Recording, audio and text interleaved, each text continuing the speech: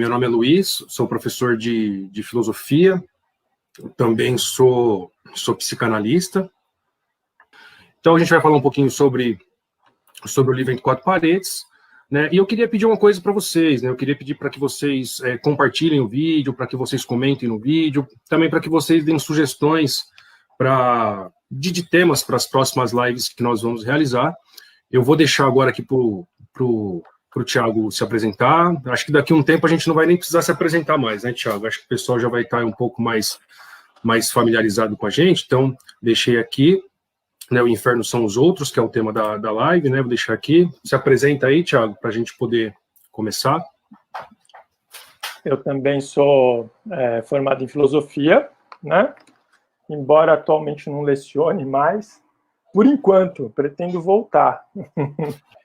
E também estou me formando em psicanálise, inclusive o curso está maravilhoso, está bem legal. É algo que eu já queria fazer assim de muito tempo e que eu fui adiando e que agora eu resolvi colocar em prática. Então, estamos aí. O tema de hoje, Entre Quatro Paredes, livro do Sartre, da década de 40, 1943, a obra. E é nesse livro que está a frase, né, que a gente usou como título da live, que é O Inferno São os Outros, que é uma fala de um dos personagens. E, é claro, a gente vai explicar por que o personagem fala isso. Porque o inferno são os outros, né? Então, só para reafirmar, ressaltar aí, pessoal, então, vou colocar aqui a página do Facebook, né, para vocês, o vídeo vai estar lá depois para assistir, para vocês compartilharem, para comentar, lá tem outros vídeos, também tem algumas postagens, alguns textos, para quem tiver interesse, e também tem um site também, que é www.cuidadodesi.com.br, que lá também vai ter artigos, né, para vocês conseguirem interagir, vai ter também a aba de inscrição para as lives, para que você possa ser aí notificado, né, para receber a notificação das nossas lives aí. Né? Então, para começar, quando esse livro Entre Quatro Paredes do Sartre, né, que foi escrito em 1943, a gente sabe que o Sartre tem a linha filosófica do existencialismo, né, mas para não entrar muito nesse mérito, né, Luiz? Bem ali no período, inclusive, né, muitos dos pensadores, né, desse período, né, surgiram muitos pensadores nesse período por conta dessa preocupação da guerra, do pós-guerra, né, falando um pouco sobre expiação, sobre esperança, sobre liberdade, vários temas ali movimentam a cena filosófica dentro desse período por conta da Segunda Guerra Mundial, que foi um marco, né, um marco importante do século XX, né? E engraçado desse livro do Sartre, né? Eu vou começar a contar um pouquinho da história aqui, depois eu passo para o Thiago, né? Mas é uma peça de teatro e ele tem 4 personagens, né? Tem o criado, tem a Estela, o Garcim e a Inês. E para fazer um apanhado mais geral, né? Eles morreram e aí eles são encaminhados para uma sala, né? Uma sala essa que depois a gente vai aí descobrir que simbolizaria ali o inferno, né? E eles chegam nessa sala, né? E eles são ali obrigados a conviver entre eles dentro dessa sala num período pós-morte, né? Então o Garcim, ele era um jornalista, né? Ele fugiu, né? Ele foi convocado para a guerra e ele não aceitou a convocação. Ele tentou fugir, ele tentou pegar um trem, né? Para fugir dessa convocação, para não lutar na guerra. E ele é preso e é fuzilado ali por traição, né? A Inês, né, ela morreu desertor, ali... Né? É um desertor. Depois a gente recusou a cumprir sua missão, por assim dizer. Recusou sua missão. Depois a gente vai entrar mais no drama do Garcinha aí, eu acho que mais para frente. A Inês, né, ela morreu ali, né, com gás, né? A parceira, a companheira dela, que morava com ela, né, abriu ao registro do gás e deixou ali a casa se inundar de gás, então, né, a companheira dela se mata e mata ela junto, né, e a Estela, ela morre de pneumonia, né, então os 3 ali morreram, eles são recepcionados pelo criado, né, e o criado leva ele para esse cômodo ali tem as suas particularidades, né, cada um tem a sua poltrona, né, tem um latão de bronze, né, a luz que nunca se apaga, uma campainha que nunca funciona, né? Então o Sartre ele coloca ali, né, diversos simbolismos, né, para falar um pouco sobre essa questão do inferno, do significado desse inferno, e aí o significado desse outro também dentro desse inferno. Eu vou passar para o Thiago aí, então, fazer alguns comentários, depois eu retorno aqui, só para localizar o pessoal dentro da obra, né? Então, morreram, foram encaminhados para uma sala essa que é a representação do inferno, né? A obrigatoriedade de conviver ali com o outro, né? Passo a bola aí, Thiago. Cara, você sabe que eu fiquei pensando no criado, por mais curioso que pareça, porque o criado ele tá morto também, né? Afinal, eu acho que aquilo é um quarto de hotel, é uma sala, um quarto, não fica muito claro assim, né? O que é o ambiente em que eles estão, né? E o criado também tá morto, mas ele é o único que pode sair e transitar dentro daquele inferno, né? Sei lá, né? Dentro da fantasia do Sartre, e o inferno é uma espécie de hotel, né? Eu acho curioso porque o conflito ele vai se desenrolando aos pouquinhos, né? Então, no começo, primeiro, ninguém sabe que está morto, então as pessoas ainda estão meio que caindo a ficha. Tipo, meu, que porra que eu estou fazendo aqui? Que lugar é esse? Que pessoas são estas, né? O que aconteceu? E aí a ficha vai caindo aos poucos e, ao mesmo tempo, elas ainda têm um pouco de conexão com a Terra, porque eles conseguem ver e ouvir algumas conversas que as pessoas estão tendo na Terra a respeito deles, né? E o tempo, a passagem do tempo na Terra é mais veloz do que a passagem do tempo para eles. Então eles dão sinalizam, né? Então sei lá, como se fosse uma semana ali naquele quarto, seria um ano na Terra, algo do gênero. E então passa de uma situação de deslocamento, de estar todo mundo tentando se localizar, para depois uma situação ambígua em que todo mundo tenta manter uma certa polidez, uma certa parcimônia para viver bem ocupando o mesmo espaço, porque eles se tocam de que eles estão mortos e que estão condenados a viver no mesmo espaço, e aí tentam entrar no acordo que é mais ou menos o seguinte: você não me enche o saco, você também não enche o saco dela, ela não enche o meu saco, eu não encho o seu saco, e todo mundo fica bem. É claro que não dá certo, né? Porque ninguém consegue ficar dentro do mesmo espaço fingindo que o outro não existe. E é exatamente quando se torna inevitável a relação com o outro, né, que não dá mais para ignorar a presença do outro, e é aí que começa todo o conflito, né? Então, assim, disso já dá para entender por que a frase é tão famosa, né? Que é o que o personagem Garcin, que é o jornalista, diz, né? Que o inferno são os outros, que é o problema do convívio. Se a gente for parar para pensar, é uma questão essencial para a existência humana, né? Se bobear, eu acho que é a principal questão da existência humana, que é o problema do convívio. Tipo, como que você convive com os outros, cara? Como que você lida com as pessoas? Com o simples fato das pessoas existirem e ocuparem o mesmo espaço e o mesmo tempo que você, né? Então, eu acho bem legal essa transição mesmo, né? Do deslocamento para o incômodo, né? E aí, claro, como as coisas culminam depois. E o legal do lance do criado, quando ele vai descrever ali o inferno, né? Que seria uma descrição do inferno, já que eles estão no inferno, né? Seria assim: o inferno são quartos, corredores e escadas, né?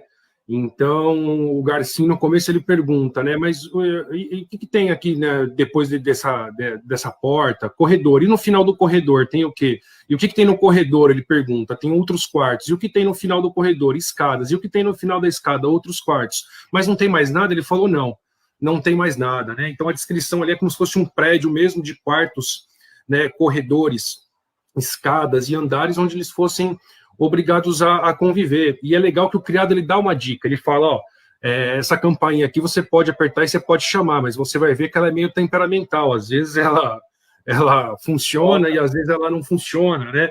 O que demonstra também que todas as vezes que eles foram tentar apertar a campainha era para fugir de uma determinada situação de convívio com o outro, no qual eles sentiam, no qual era insuportável. Entretanto, quando apertava aquela campainha, a campainha não respondia, ela não tocava, a porta não abria, ou seja, não tem como escapar do outro, né? Eu acho que essa é uma questão muito interessante que se dá nesse livro, que por mais que você tente escapar do outro, você não consegue escapar. Você não tem escapatória, você não tem um meio de fuga. Eu acho que uma outra coisa bem interessante desse livro, para ressaltar um detalhe, né, que tem no livro, é a questão do espelho. Né? Todos eles, quando entram no quarto, né, a primeira coisa que eles reclamam é, mas não tem um espelho, né? O Garcin fala, né, não tem espelho para ver como é que eu tô, né? A Estela, né, que seria ali digamos assim, a mais vaidosa, né, também não tem espelho. Essa queixa da ausência de espelho, no sentido de que a visão, a imagem que você tem de si mesmo, ela passa necessariamente pelo outro. Né? Então, a ausência do espelho, né, num sentido simbólico, ela seria a ausência da reflexão, né, a ausência da possibilidade de você voltar a si mesmo, né, ou enxergar a si mesmo por si mesmo. Você não tem essa possibilidade ali no inferno, né? Então, a visão que você vai construir de si mesmo, ela vai passar pela visão do outro, né? Então, tem aquela cena emblemática, né, que coloca ali, né, que a Estela está tentando passar batom, né, no seu rosto, mas ela não sabe se está bom, não tem um espelho para que ela possa ela se ver e se olhar, e a Inês fala, não, me faça do seu espelho, não haverá espelho melhor para você do que eu, né, a Inês coloca. Então a Inês se coloca na frente da Estela e começa a descrever a Estela para a própria Estela. E aí a Estela começa a questionar, mas será que você tem bom gosto? Mas será que você está fazendo, está colocando a imagem de mim de uma maneira adequada? E aí ela começa a refletir sobre essa questão do espelho, que ela diz, eu adoro espelho, no meu quarto tinha 7 espelhos, né? Eu gostava de me olhar no espelho enquanto eu falava, para me enxergar como os outros me enxergam. E isso foi, eu acho que é uma das primeiras passagens do livro, né, do Entre Quatro Paredes, que eu achei extremamente simbólica, que é essa questão do eu e do outro, né, como o eu e o outro se relacionam e a importância da visão do outro para a constituição da visão que eu tenho de mim mesmo, né? Será possível eu construir uma visão de mim mesmo sem passar pela visão do outro? O quanto efetivamente, né, a visão do outro, a imagem que o outro faz de mim, não ajuda para que nós constituamos a nossa própria imagem de nós mesmos, né? Quando nós constituímos a imagem de nós mesmos, vai dizer o que eu sou, como eu me vejo, como eu acredito que eu seja, né? Até que ponto, qual a quantidade de influência da visão do outro nós temos, né, sobre essa visão que a gente tem sobre nós mesmos, né? Então, quando o Sartre coloca o inferno são os outros, né, essa questão do convívio, a gente sabe que o Sartre, por ser um existencialista, ele acredita que é a existência e o nada, não há nada fora a existência. Então, quer dizer que o inferno não é um lugar separado do mundo no qual nós vivemos hoje, né? Então, a analogia que a gente poderia dizer, o inferno está aqui, né? Até quando o Garcin se dá conta disso, ele fala, bom, então é isso que é o inferno, não são grelhas, não são espetos, não são chamas, o inferno são os outros, então prossigamos, vamos continuar, né, porque na verdade nós estamos imersos aí, digamos, introduzidos em relação ao outro, né, um outro que acusa a nossa existência, que acusa a nossa identidade, né, que é uma forma também da gente conseguir no outro separar, selecionar, né, acusar aquilo que muitas vezes constitui a nossa própria identidade, a nossa própria essência. Então, a importância do outro na constituição de nós mesmos, né, a importância desse convívio, dessa sociabilidade na construção da nossa subjetividade, do eu, e até na configuração desse eu dentro dessa própria sociedade, né, da sociedade em si, eu acho que é algo bem evidente. Eu acho que essa metáfora do espelho do Sartre, no Entre Quatro Paredes, foi genial, né? Sem espelho não há reflexão. Então eu preciso que eu seja refletido através do outro, né? O outro me reflete para mim mesmo, né? E aí o livro vai tomando uma toada que vai demonstrando o quão é importante o que os outros dizem sobre nós e a visão que o outro tem de nós é importante, né, para que a gente consiga desenvolver a nossa vida sem uma culpa, né, sem uma certa neurose, né, que aí tem o drama do Garcin, que depois a gente entra, né, mas eu vou passar a bola para o Thiago aí, falar um pouco aí, o que você acha dessas questões aí? Dentro disso que você está falando, é assim, né, é curioso, porque para o Sartre, como para ele a existência vem antes da essência, né? E aí até uma ideia muito tradicional ocidental, né? Acho que até do próprio cristianismo, talvez, de que existe uma essência do ser, né? E aí quando ele diz que primeiro você existe, né? Então assim, primeiro você tá aí jogado no mundo e você tem consciência das coisas, e a partir do momento que você tem consciência, é aí que você começa a processar o que está acontecendo e elabora e atribui significado, e, enfim, tentar categorizar, classificar os fenômenos, as coisas, atribuir valor, né? O valor até no sentido belo, feio, bom, mal. Quer dizer, tudo isso que é pensado vem depois de você existir, na verdade, né? E não o contrário. Então, quer dizer, primeiro você percebe as coisas, depois você pensa sobre elas, né? E dentro disso que você falou, é legal pensar que assim, o Sartre ele está dizendo que a essência da gente está no outro, né? Está fora da gente, né? Que é até meio esquisito dizer isso, assim, né? Você fala, nossa, a essência está fora, como assim, né? Porque ele vai dizer que você só se dá conta de que você existe quando alguém olha para você. Que é como se o olhar do outro fosse um farol, né, uma iluminação, assim, um holofote na sua direção que te trouxesse à tona, né, que te dissesse, ó, pá, você existe, tem alguém olhando para você. E se você for parar para pensar, faz muito sentido, né? Porque quando a gente está sozinho, a gente não fica pensando muito assim na nossa própria existência, né? A gente não sente vergonha, por exemplo, do que está fazendo quando está sozinho, né? Mas se alguém olhar para a gente no momento que a gente está fazendo algo, como, sei lá, está dançando em casa, está dançando, cantando uma música, né?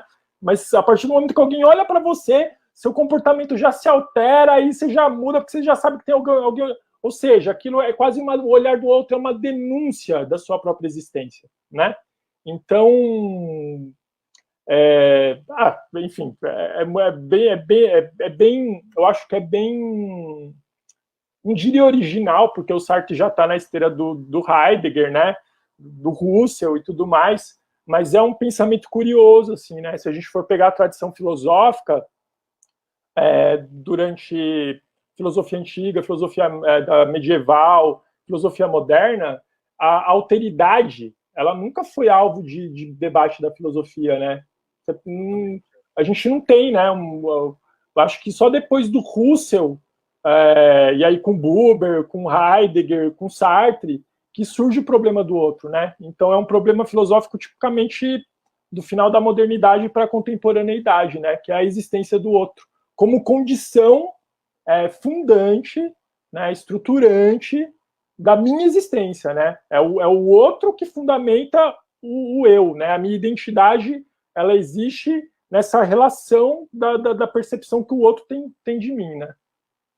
Inclusive, né, você falando aí do Heidegger, a gente pode até fazer um link com Heidegger e Lacan, né, no sentido de que muitas vezes os símbolos, os significados são introduzidos, né, no sujeito através da linguagem, né? Então, eu constituo muitas vezes o meu eu, né, a empréstimo, né, eu tomo empréstimo de símbolos, né, eu vou dar um exemplo, né, como se dissesse o seguinte, ó, se você é uma criança, você obedeceu, então você é uma criança bem educada.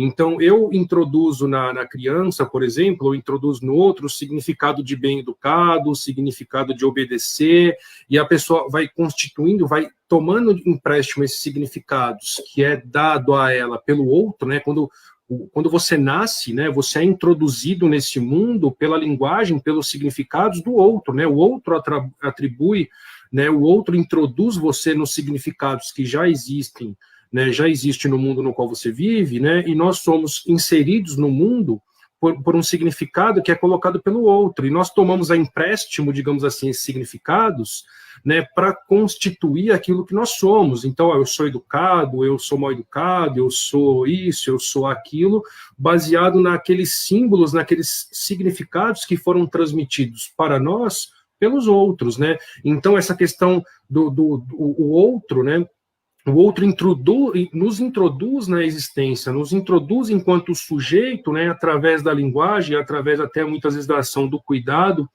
em relação ao outro. Mas o interessante é que quando o Sartre no livro ele coloca essa questão, quando você falou desse olhar acusador do outro, o outro que acusa a minha existência, no livro ali eles vão colocar uns aos outros como carrasco, né? A Inês fala, ó, a gente está aqui no inferno, tá uns com os outros, não tem grelha, não tem fogo, não tem nada, mas tá faltando uma coisa.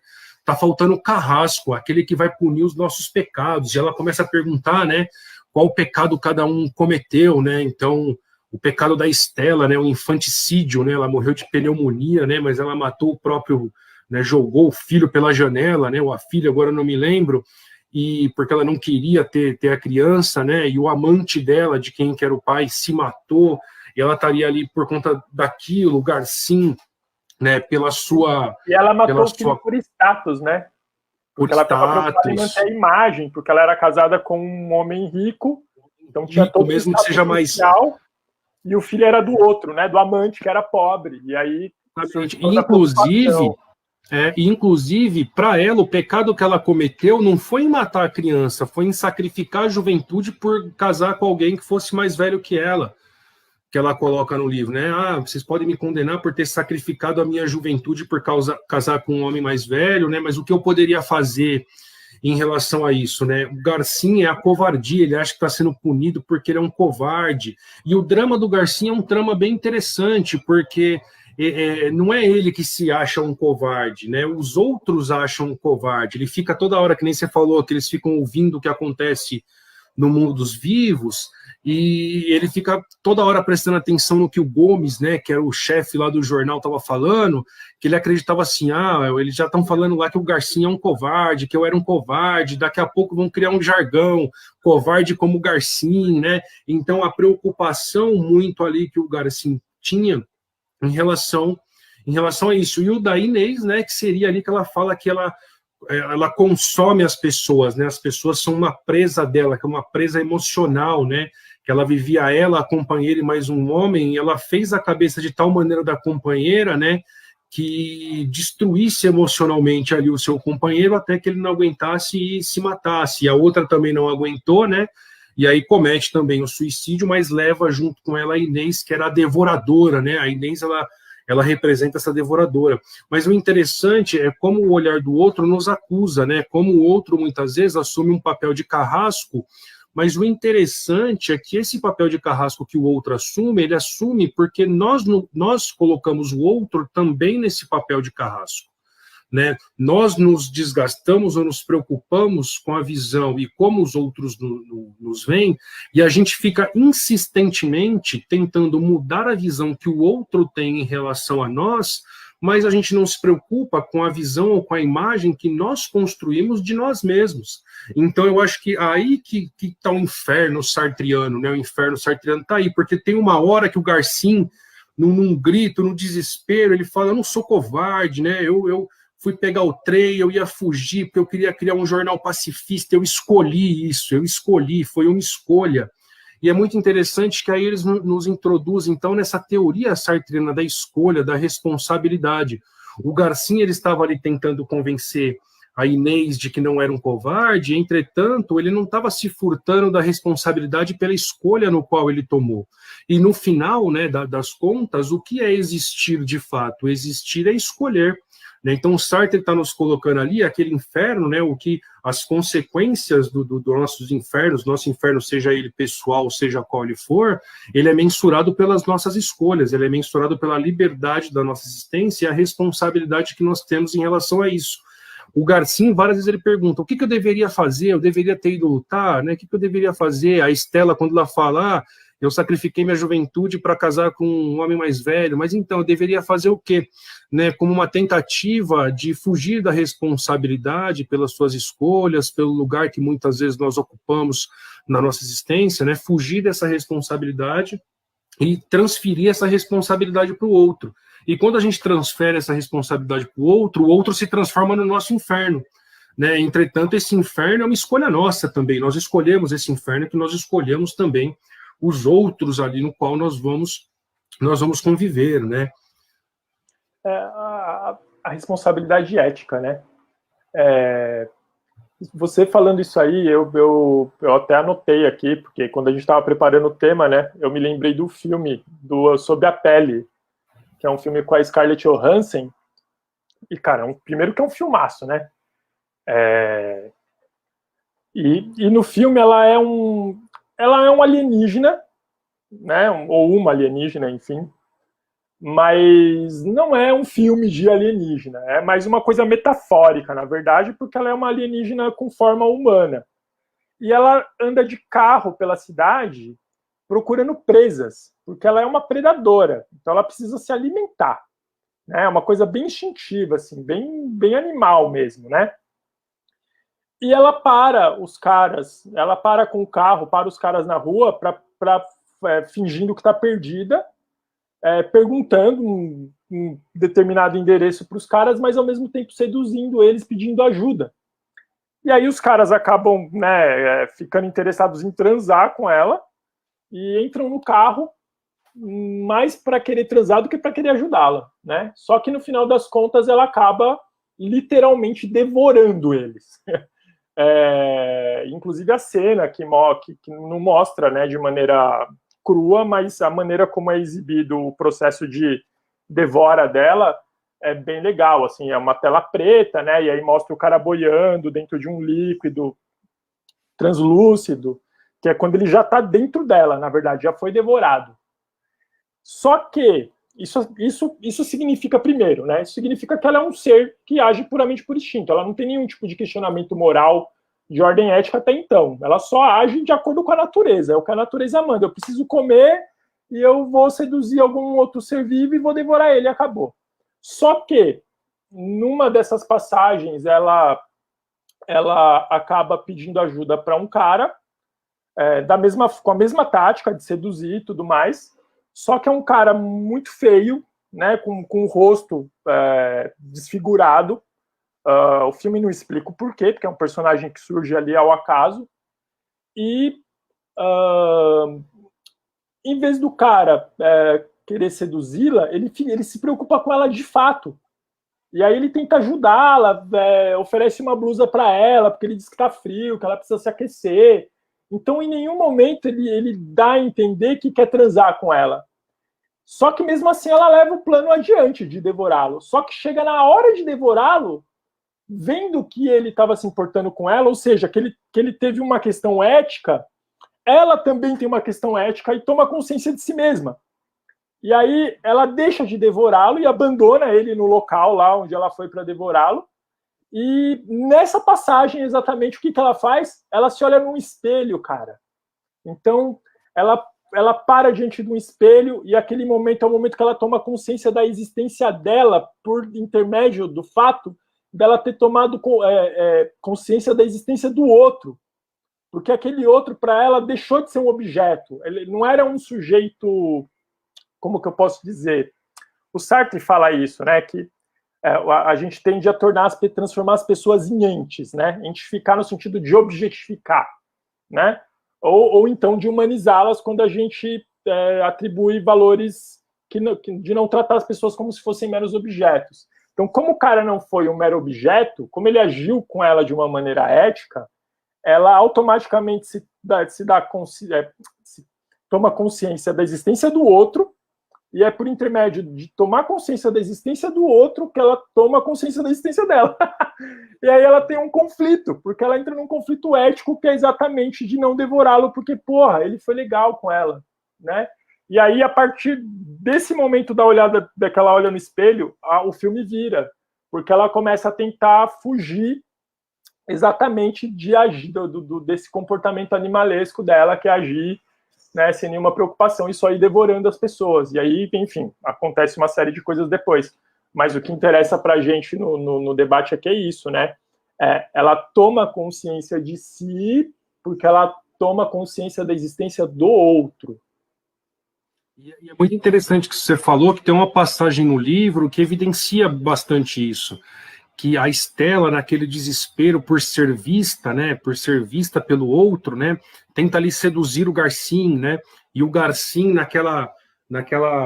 naquele dilema dele de ser ou não covarde, né, ele se aproxima da Estela, e a Estela, meu, esquece isso, vem aqui, tome meu corpo, né, a minha boca, eu sou todo seu, que era um significado de se entregue aos seus instintos, né, se entregue, esqueça dessas questões morais, se você é um covarde, se você não é, se você agiu certo, ou se não, se esqueça aqui nos meus braços, se esqueça aqui no meu corpo, né, se entregue aqui aos instintos. E a Inês, que estava na sala, né, e estava ali desejando, né, a Estela fala, eu estou aqui, eu estou vendo vocês, eu estou olhando para vocês, né, eu estou aqui, né, desesperada, e o Garcia não me importa. Vontade, né? Como que vocês vão se beijar aqui e se esfregar comigo olhando, né?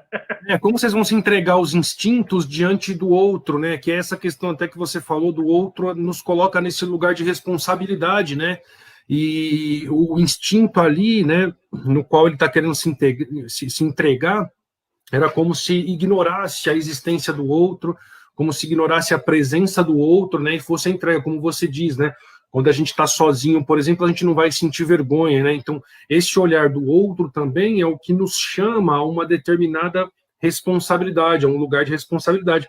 Daí a importância, né, da nossa sociedade atual, seja ela em qualquer sentido, mas principalmente nesse sentido mais psíquico, mais, né, para a psicanálise, a questão da alteridade, né, de reconhecer o outro enquanto outro, né, de não colocar o outro dentro de padrões morais e padrões sociais de conduta e comportamento, né, e reconhecer o outro dentro da sua integralidade, né, o outro não tem que ter os mesmos valores que eu, e o que eu tenho que preservar no outro é a possibilidade, né, dele ser único, né, a possibilidade, né, de ele ser e existir, né, de uma maneira diferente da minha, porque é esse outro que garante a minha vivacidade, é esse outro que garante a minha identidade, né? E hoje em dia a gente tem um debate muito grande sobre a questão da empatia, né? Empatia é se colocar no lugar do outro. E o legal que esse livro do Sartre nos coloca é possível se colocar no lugar do outro. Eu posso reconhecer o outro enquanto outro e garantir a liberdade do outro, né, do outro enquanto possibilidade de ser e existir diferente de mim, né? A possibilidade do outro ser e existir. Liberdade, talvez, né, deveria passar por uma questão, por uma reconceituação, uma hermenêutica, uma revisão, que muitas vezes nós encaramos liberdade como fazer o que quiser. Claro que a filosofia não faz isso, né, mas dentro do senso comum, a gente vê muito isso, a liberdade é fazer o que quiser. Então, se eu não sou proibido de fazer algo pelo um senso de comunidade, por exemplo, eu vou dizer que a minha liberdade está sendo restringida. Mas liberdade não é necessariamente isso, né? Liberdade é garantir a possibilidade de ser e existir, de garantir o ser humano enquanto possível. O que nós precisamos ser? Nós precisamos ser possível, né? Muitas pessoas, né, quando elas entram em crises, em neuroses, né, existenciais, se dá muito por ela não ter a percepção da possibilidade de ser. Ela começa a achar que não é possível, né? A ausência de possibilidade. Então, você está num relacionamento, você vê a ausência da possibilidade do relacionamento ou da continuidade do relacionamento.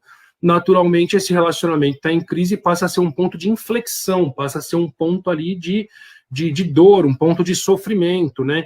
Então, a ausência da possibilidade, a ausência de escapatória, a ausência de saída é o que nos coloca, né, neste lugar de sofrimento, nesse lugar de dor, que era o que acontecia no livro, né? Enquanto eles estavam ali, né, e aí o Garcim fala para a Estela, não, tudo bem, eu vou aqui, né, me atrelar ao seu corpo, mas você confia em mim? A Estela, mas que confiança tem a ver com isso, né? Então o Garcim ainda estava naquele dilema moral, né? E aí ele empurra a Estela e começa aquela briga, e o Garcim sai desesperado e começa a apertar a campainha e não é atendido, começa a bater na porta e também não é atendido. E quando a porta se abre, ele fala, não, eu não posso sair. Né? Quando a porta se abre, a saída se apresenta, a pessoa ainda se vê sem escapatória, ainda vê sem saída, né, num sentimento de impotência, né, de mudar ali a sua condição, né, primeiro, antes de mudar a minha condição, eu deveria mudar o outro, né, e é muito interessante isso daí. Cara, você falou desse negócio da porta, eu lembrei de outro filme, que eu já tinha lembrado, na verdade, eu não lembrei agora por conta disso, né, mas eu lembrei porque tem bastante relação com o tema, que é o Anjo Exterminador, né, do Buñuel. que inclusive é um filme em preto e branco, né? Inclusive, né? Não me lembro agora de que ano que é o filme, mas é uma situação muito sui generis, é um filme meio absurdo, assim, né? O roteiro é meio absurdo. Aliás, como é o roteiro do Sob a Pele também, né? Um alienígena que sai por aí devorando as pessoas, né? Mas é interessante, porque o Inferno São os Outros é muito isso, né? No filme são várias pessoas, todos burgueses, né? De classe média alta, vamos dizer assim, que vão em uma festa e, claro, o comportamento típico da classe é que todos pertencem, todos eles têm muita preocupação com a pose, né? Com a aparência, então vão todos muito bem vestidos, todos têm seus maneirismos, né? Suas maneiras, seus trejeitos na hora de falar para soar elegante, né? Tem aquelas intrigas com relação a uns terem inveja do status ou da condição superior dos outros, né? Aquela picuinha, enfim. Só que no começo do filme aparentemente corre tudo bem, né? Porque tá todo mundo na festa, bebendo, se divertindo, comendo, tocando música no piano, dançando e blá blá blá, né? Os homens jogando, fumando charuto, enfim, né? Festinha topzera. Só que chega uma hora que ninguém consegue sair da casa, né? Mas assim, não tem nada impedindo as pessoas de saírem da casa. A porta tá aberta. Mas elas não conseguem sair, né? E aí elas vão ficando presas na casa.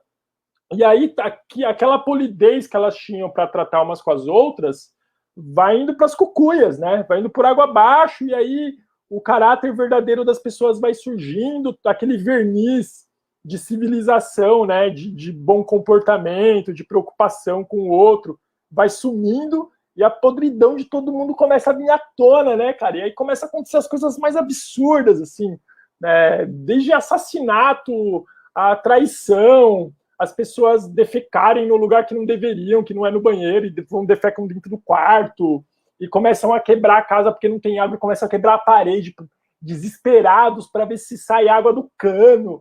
Enfim, né? Então vai tudo se degradando, vamos dizer assim. E é interessante pensar em como essa questão da relação com o outro, né? Isso que a gente chama de civilização, né? Esses bons modos que a gente tem para viver em grupo, né? Em sociedade, ele é uma superfície, uma crosta muito fina que, se as condições da sociedade, de manutenção da sociedade se romperem, se destruírem, todo mundo volta a ser animal de novo, e toda a questão da ética vai para o espaço, e vai todo mundo se agredindo, porque aí vira uma luta pela sobrevivência, né, que é uma coisa bem, bem feroz, né? E a sobrevivência do desejo também, né? Assim, salve-se quem for mais forte, né? É bem darwiniano mesmo, né? Porque aí vira brutalidade. Brutalidade, é que nem no livro mesmo, né? Essa brutalidade ela é evidenciada, né? Quando o Garcin fala que vai sair, né?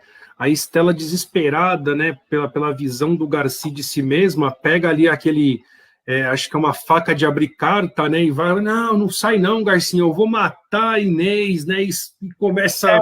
já vira um negócio animal. E aí, Inês, mas o que você está fazendo? Eu já estou morta, né? Eu estou no inferno e você está me esfaqueando, o que é muito interessante, né?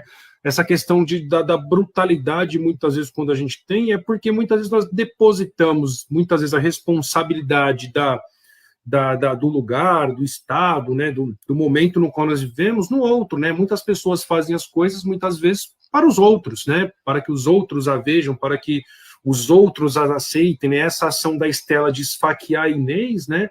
Se deu para que o Garcin voltasse para ela. Então ela falou, eu vou eliminar o outro para agradar o outro, né? Para que o meu desejo, digamos assim, né, de ser cortejada, de ser contemplada, de ser vista pelo outro, seja consolidado, seja efetivado aqui na minha existência, mesmo que seja uma ausência, porque no começo do livro, né, a Estela fala, não vamos definir como morte, não vamos definir como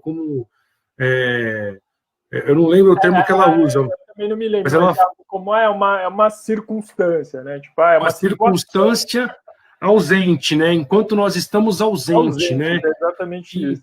Ele usa o termo ausente no sentido de que para modificar essa presença, né? Então, o que é estar ausente, né? Não estar ali na presença dos outros em vida, né? Entretanto, né, o tormento que tem ali, né, dentro ali do inferno, daquela salinha quente, né, que o tempo todo ali também, essa é uma questão interessante, que a temperatura da sala vai se aquecendo, e o Garcinho o tempo todo ele fala, por que vocês estão preocupados com o que vocês estão falando? Pode contar aqui os seus pecados, em breve nós estaremos todos nus. Né? Então, essa questão dessa nudeza, né, que o Garcinho anuncia, né, que ele denuncia, é nesse sentido que você falou, essa crosta de polidez, esse verniz, né, essa crosta fina, ela vai se quebrar. Né? Então, assim, a gente vai estar despido, a gente vai estar nu, né, na carne, no pelo aqui, uns para os outros, né, dentro ali dos nossos desejos mais insanos, nossos desejos mais animais, né, querendo satisfazer cada vez as nossas vontades, seja da Inês em possuir, né, em ter a Estela para si, né, como posse, como presa, seja a Estela em ser desejada pelo Garcinho, né, em ser cortejada, né, em ser amada, né, ali pelo Garcinho, que é o que tem, seja o Garcinho na tentativa de convencer os outros que ele não é um covarde, mas o propósito da existência de cada um está uma ligada à outra, e o único que sobe na peça é o criado, né? O criado, ele desaparece, né? O criado, né, no começo, né, quando o Garcinho, e acho que uma outra coisa interessante também que o criado diz, né, o Garcinho pergunta, mas a luz não vai se apagar? O criado fala, não, essa luz nunca vai se apagar. Mas e minhas pálpebras, elas não vão fechar? Não terá esse intervalo? Não terá essa pausa, né?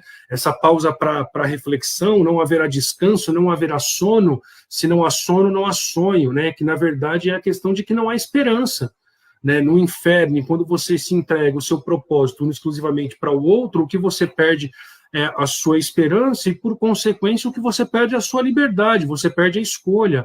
Várias vezes a Inês fala, isso aqui não é por acaso, isso aqui não é por acaso, isso aqui tem um significado, né? E o significado daquilo são as nossas escolhas, né? Ou seja, o inferno são os outros, muitas vezes, por escolha nossa, né? De colocar o outro como o carrasco, de colocar o outro ali como esse inquisidor, porque o fato do outro acusar a nossa existência não necessariamente o torna carrasco, nós o tornamos, né, os nossos carrascos. Eu acho bem interessante.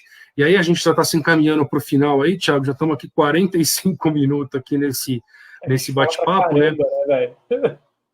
Não queria estender porque a gente fala muito também, às vezes cansa, mas eu acho que uma coisa interessante que o Garcinho fala no final, né, quando ele se coloca na frente da peça de bronze, né, e ele diz, agora eu entendi, agora eu sei, né, o inferno são os outros, né, e ele olha ali para as pessoas ali ao seu redor, e aí ele diz, né, para finalizar, né, então vamos continuar, né, então ele vai lá e fala, bom, então vamos continuar, né, o jogo continua, a vida continua, né, de apesar de muitas vezes o outro, né, ele ser a fonte desse sofrimento, muitas vezes da dor, muitas vezes ter essa dimensão do outro enquanto carrasco, né, nós devemos continuar, né, devemos realizar as nossas escolhas, devemos propor as nossas saídas, né, devemos criar as nossas saídas, as nossas possibilidades de existência, inclusive de existência com o outro, né, de construção dessa existência para o outro, né, de uma maneira ali um pouco menos sofrível, né, menos sofrível, apesar de nós termos ali um verniz, como você falou, um verniz social bem fino, né? Mas ele convém, né? Ele é importante. Convém. É importante. É importante, convém, né? É necessário, digamos assim, né? Por mais que aquilo seja rompido, é o que você falou. Acho que o exemplo que você usou do filme é importante, né? O outro ao me acusar, né, me desperta por esse senso de responsabilidade, de empatia para com o outro e para comigo, né? De pensar realmente sobre os meus atos, né? De pensar realmente sobre as minhas escolhas, né? Porque no fundo, né? Até a própria teoria do Sartre, do existencialismo, né? O responsável por aquilo que nós somos nós, né? Aquilo que nós nos tornamos e aquilo que nós somos é fruto das nossas escolhas, é fruto de nossas ações, né? Não existe nada externo a isso que vai constituir. Então, o que muitas vezes o Sartre nos coloca é, ora, assuma a responsabilidade pelas suas escolhas, porque você é condenado a ser livre, né? O Sartre fala, eu acho que o livro, né, para mim finalizar minha parte aí, né, Ele fala, você tem duas possibilidades, ou é o destino, que é esse inferno aí, né, são os outros, que você é obrigado a conviver com os outros, não tem saída, a campainha não toca, a porta não abre, é um calor imenso, ou a esperança, que seria a liberdade de construir a si mesmo e o mundo no qual você vive, né? Então eu acho que o Sartre coloca ali na balança esse peso, né, o peso, né, quando lá fala, nós não estamos aqui por acaso, né, como se, por um lado, fosse as consequências e as escolhas que tivessem colocado eles lá, e o segundo, um plano de alguém. Várias vezes ele fala, alguém planejou isso aqui é um plano de alguém, quem planejou isso aqui, né, planejou isso aqui que não foi por acaso, né, como se houvesse um ator externo, né, para conduzir, né, e nos colocar em determinados lugares, em determinadas situações, né. Então a gente se vê diante desse dilema, né, do destino e da liberdade. O destino é a ausência de esperança, né, o destino é a ausência de saída e a ausência de escapatória. Dane-se, né? Você não tem controle sobre isso, né? E por outro lado, por pior que seja, por mais infernal que sejam as consequências das suas escolhas, elas são fruto das suas escolhas. E a gente sabe que a vida é assim, né, cara? A vida é Exatamente. isso. Né? Você tem que decidir coisas, às vezes num baita conflito com relação à decisão que você vai tomar. Né? As decisões nem sempre são fáceis, elas implicam em perdas, inclusive, né, muitas vezes. Mas viver é isso, né? Você tem que escolher, porque a vida tá correndo, não dá para apertar o pause, né, da vida, né? Falar, tipo, mano, eu vou parar minha vida para eu pensar um pouco. Não, mano, a vida tá correndo, você tem que fazer as coisas. O tempo passa, você acorda de manhã, o tempo já tá passando, sua vida tá correndo, você vai ter que fazer algo, né? Nem que seja não fazer nada, se você quiser, né? Desde que você arque com as consequências disso. Eu acho legal porque o Sartre, como está dentro da fenomenologia, né? Ele está dizendo que assim a consciência ela é intencional no sentido de que tem que ser consciência de algo, né? Não pode ser consciência de nada, consciência do mundo, mas ela também é relacional. Né? Embora o Sartre não use esse termo, né? Não é um termo sartriano, mas é relacional, porque não existe consciência se não existe consciência com relação a outra consciência também, né? Que é o outro, né? Não tem como você imaginar a existência do né? Do si mesmo sem o outro, né? Não existe si mesmo sem o outro. Tanto que em fenomenologia se diz que o primeiro número a ser sobre o qual se tomou consciência da existência, né, é o 2, né, e não o 1, ao contrário do que se pensa no senso comum, né, que provavelmente o primeiro número inventado foi o 1, não, foi o 2, que alguém viu um par de alguma coisa, sei lá, um par de árvore, que seja, né, e aí desse par falou, pô, 2, então se eu tirar uma dessas duas, sobra uma, né, e aí veio o número 1 depois do 2, né, então a ideia é de que as coisas vêm sempre, no mínimo, em pares, né? Então é sempre você e o outro. Não tem como você pensar identidade. E fazendo só um puxadinho aqui, isso, inclusive, você sabe que eu gosto muito de Lévi-Strauss, embora eu não seja um conhecedor, assim, né? Mas ele diz que a relação com o outro, com o grupo, quando ele fala, né, das sociedades mais primitivas, né? O grupo e o outro grupo, né? Que é sempre uma relação ambígua. É uma relação de respeito, mas é uma relação de temor. É uma relação de ódio, mas de amizade, sabe? De inimizade e de amizade. Porque o outro ele pode ser tanto seu inimigo, como pode ser seu amigo numa situação de precisão, de urgência, né?